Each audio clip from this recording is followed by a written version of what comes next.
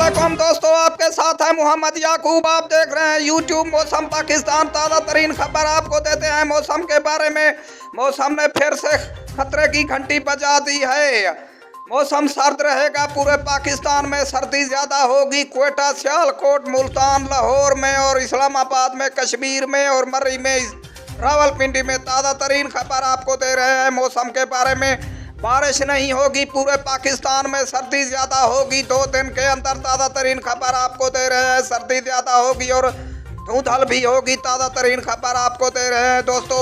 आपसे गुजारिश है, अगर आपने मेरे चैनल को सब्सक्राइब नहीं किया तो कर लो दोस्तों। आप रहे बाखबर, ऐसी मौसम की खबर आपको मिलती रहे, मेरे चैनल को और सब्सक्राइब कर लिया करो दोस्तों।